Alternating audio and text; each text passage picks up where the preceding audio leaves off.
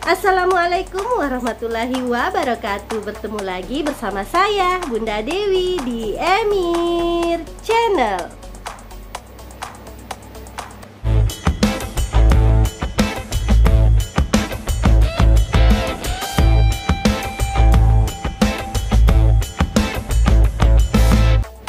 Hai teman-teman semuanya, hari ini saya akan membahas beberapa mitos kehamilan yang banyak berkembang di masyarakat.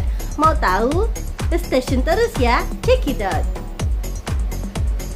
Ada banyak mitos yang berkembang di kalangan masyarakat mengenai kehamilan, mulai dari bentuk perut, terkait jenis kelamin, bahaya melihat gerhana bulan, hingga larangan berhubungan intim. Padahal kenyataannya, tidak semua mitos kehamilan tersebut didukung oleh fakta yang dapat diterima dari sisi medis. Untuk itu, ibu hamil tidak boleh mempercayai mitos kehamilan sebelum memeriksakannya terlebih dahulu.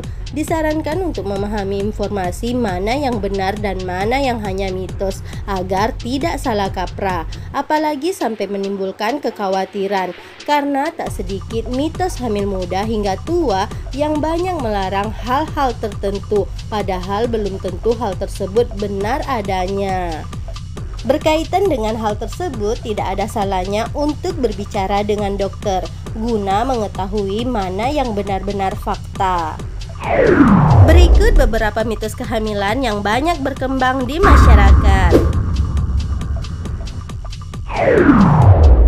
Katanya bentuk perut saat hamil dapat menandakan jenis kelamin bayi.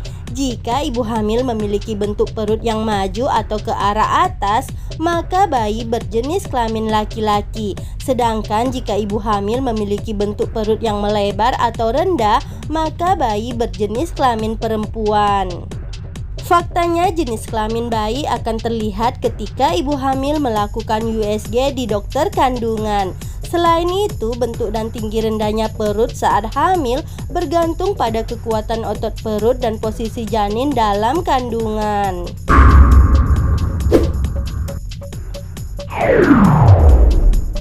Mitos yang selama ini beredar di kalangan masyarakat adalah ibu hamil tidak boleh melihat gerhana bulan. Benarkah demikian? Dari sisi kedokteran menyebutkan bahwa mitos ini tidak benar dan belum terbukti. Tidak akan ada hal yang terjadi pada bayi ketika ibu hamil melihat gerhana bulan, karena saat itu janin berada di dalam uterus selama masa kehamilan. Faktanya, menyaksikan gerhana bulan tidak akan membahayakan mata karena sinarnya hanya merupakan pantulan dari sinar matahari, sehingga tidak terlalu kontras antara ketika gerhana ataupun tidak.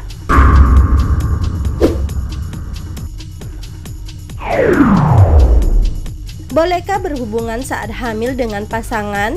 Bagi sebagian masyarakat, berhubungan badan saat hamil dianggap tabu. Bahkan ada yang menyebut sebagai pamali karena bertentangan dengan norma yang berlaku. Sementara di sisi lain, berhubungan seks saat hamil banyak dikaitkan dengan faktor kesehatan. Ada juga yang menyebutkan berhubungan suami istri saat hamil akan berdampak pada perkembangan janin.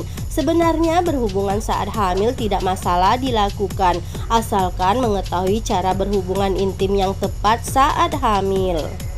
Faktanya, berhubungan intim saat hamil bisa dimulai dengan mengetahui posisi yang aman. Sebaiknya dilakukan setelah melewati trimester pertama, serta memperhatikan kondisi kehamilan. Pastikan kandungan selalu sehat ya.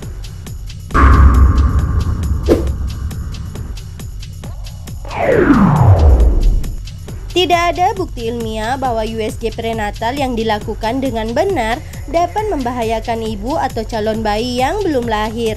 Ultrasonografi tidak menggunakan radiasi, melainkan menggunakan gelombang suara frekuensi tinggi yang memantau kondisi janin, kantung ketuban, plasenta, dan gangguan yang mungkin terjadi selama masa kehamilan. Meskipun pemeriksaan USG menghasilkan suhu panas, akan tetapi suhu panas yang dihasilkan sangat kecil, yaitu kurang dari 1 derajat Celcius. Efek ini tidak berdampak pada janin karena janin dilindungi oleh cairan ketuban di dalam rahim. Faktanya, pemeriksaan USG dinilai jauh lebih besar manfaatnya karena tidak terbukti dapat membahayakan janin. Karena itu, ibu hamil tetap dianjurkan untuk melakukan pemeriksaan USG secara rutin ya.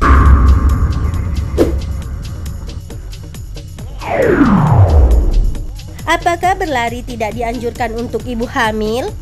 Olahraga sangat penting untuk menjaga kesehatan ibu hamil. Kegiatan ini bisa menguatkan jantung dan otot tubuh. Selain itu, olahraga juga membantu melancarkan sirkulasi darah dan mengurangi kemungkinan komplikasi saat melahirkan, asalkan dengan syarat dan ketentuan yang telah dianjurkan untuk ibu hamil, yaitu memulainya dengan gerakan yang ringan seperti berjalan santai selama 30 menit.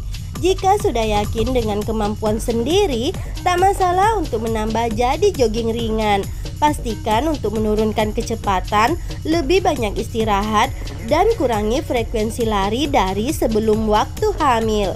Selain itu, penuhi kebutuhan tubuh seperti membawa minuman yang cukup karena saat hamil, tubuh butuh lebih banyak air dari biasanya.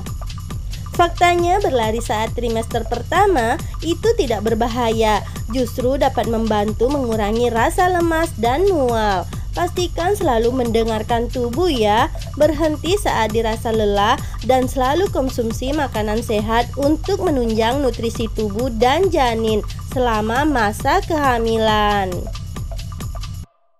Nah, itulah tadi beberapa mitos kehamilan yang banyak berkembang di masyarakat. Jadi jangan khawatir dengan mitos kehamilan lagi ya, karena yang perlu dikhawatirkan adalah kesehatan ibu hamil dan janin dalam kandungan. Jangan lupa untuk selalu melakukan pemeriksaan untuk menghindari hal-hal yang tidak diinginkan. Semoga bermanfaat. Sampai jumpa. Bye-bye.